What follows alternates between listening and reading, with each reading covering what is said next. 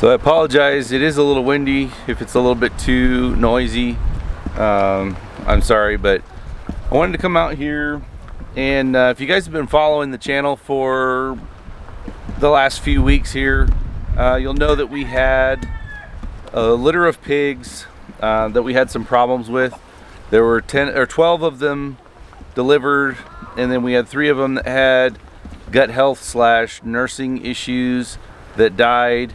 And then I had one that was kind of a runt, and when I went to castrate it, it had a hernia that caused the intestines to come out the incision for the castration there. And so we've kind of had a rough go with that one. And this litter here is a little over 7 weeks now, and we had an issue with this one as well, and I want to just share my experience with you guys, and hopefully it will at least answer some questions for you if you're going through the same situation. But what happened was I came out here yesterday, which was Saturday, and I'm gonna set this down here. So I came out here and was just doing normal chores yesterday on a Saturday morning, and I noticed that one of the piglets was very sluggish, was laying on her belly, and usually when I come out and I feed them, they're all pretty much right up against the fence there.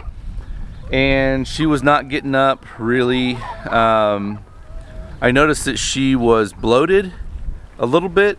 Gassy is what I kind of initially thought. So I thought potentially it was just there's a lot of grain in what I'm feeding them, and maybe she was overeating compared to the other ones, and just kind of got a little gassy. And so that was, I don't know, 7 o'clock in the morning when I first noticed her. I came out and checked on her about every hour after that point, and what ended up transpiring was sometime between 11 and 12, I had seen her move around, but she was pretty much laying with her belly, chest and belly towards the ground. I wasn't 100% sure what the problem was. I didn't think it was, I mean, there was like some plastic that had blown in. There was an idea that maybe she had ingested some kind of plastic that was blocking her GI tract, and was hopeful that she would pass it and would not have any issues. But around noon, I came out to check, and she was no longer on her belly.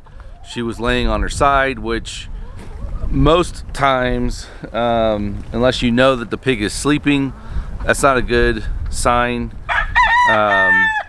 when their legs are like straight out and they're laying on their side. So I decided to do a quick autopsy, and here's what I found. I decided I needed to get out of that pig pen because I've just got flip-flops on, and they were done eating their food, so they were going to start chewing on my toes.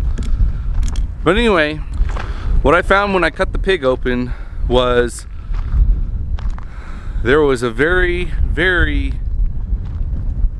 bloated large intestine, and as soon as I saw into the abdomen, I could tell that something was wrong, because the intestine was actually very purple colored, and it should not be that color.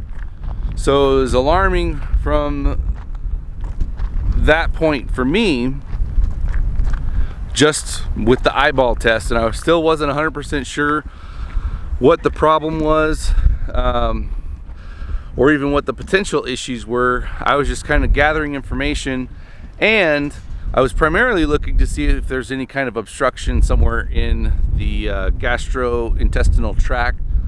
And so I noticed that there was no feces close to the back end of the track, and there was a lot of volume of, we'll just call it matter, in the organs themselves. The stomach actually had food in it, so she wasn't hungry or anything like that. She was still at some point in time trying to eat, but unsuccessfully. And there was also some loose blood in the abdominal cavity. And so after running the intestines through my finger, feeling for any kind of clumps or lumps or anything like that, and was pretty satisfied that there was no obstruction,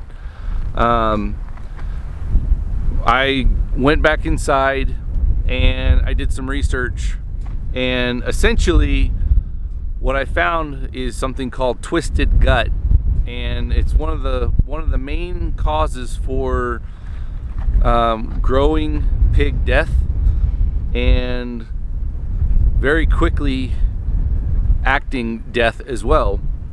And what happens is, the way that the pig's anatomy works is basically all the intestines are attached along the spine there, in a very centralized location.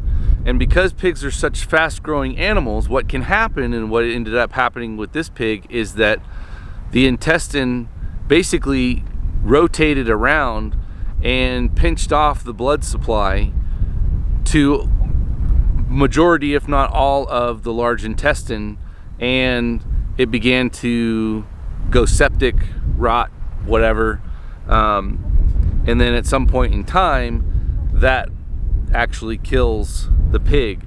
They can potentially be in pain, sometimes they aren't. This one didn't seem to be in any more pain than just, feeling bloated and feeling gassy. She wasn't crying or anything like that, but I knew that she was uncomfortable, at least. And so I did find basically everything that my gut was telling me that was off when I looked at when I was doing the autopsy on the pig, was the purple colored large intestine and the extra blood in the cavity. There was just kind of what they call floating blood, and there were no, I didn't nick anything. There wasn't any additional blood going in from me cutting the animal open. So whatever was in there was a symptom of what actually ended up killing her. I have lost one piglet that was due to unexplained circumstances the very first year that we were here, and she was 6 weeks old, which is very close to the same time frame.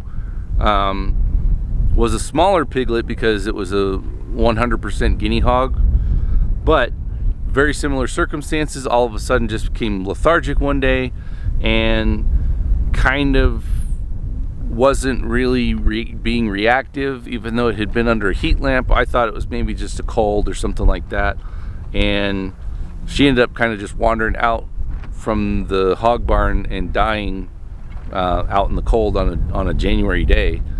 And so that had always been kind of an unexplained, and I never did an autopsy on that.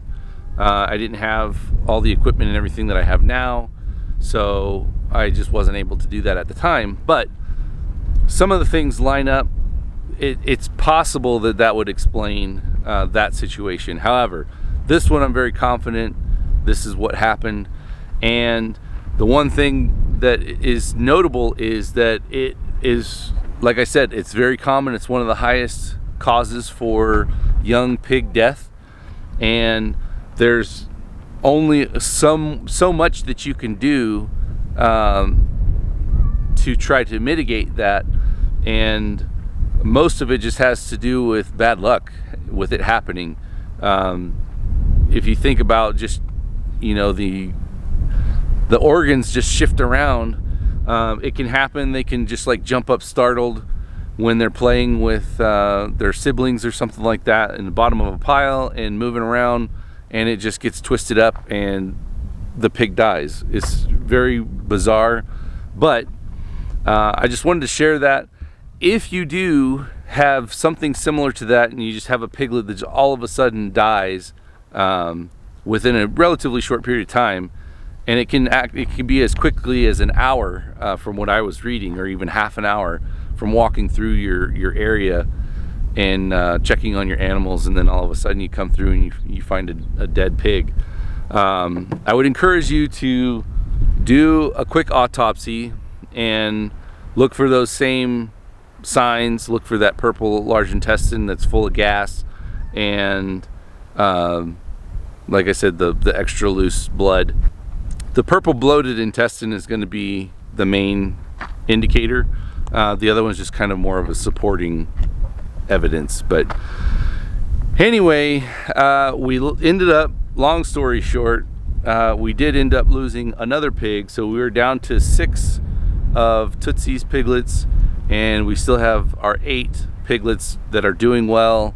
The 2 that I did castrate look like they're healing up really well. No problems with that, no infections of any kind with that.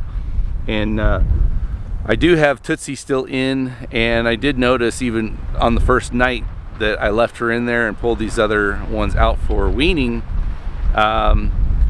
she is feeding them. They are coming up to her at night. It's the only time I've ever seen them feed on her, and they are nursing on Tootsie. So as long as it doesn't seem to be affecting the amount of milk that Pumpkin is producing, I don't necessarily mind her being in there for a few days, but here pretty shortly, I'm not going to want her to have milk. I want her to dry up so that when I put her babies back in with her, they're not going to be wanting to nurse on anything, or there will be nothing for them to nurse on, and they can kind of join the main herd instead of having them isolated out in this the holding pen that I have them in right now. So that is the update.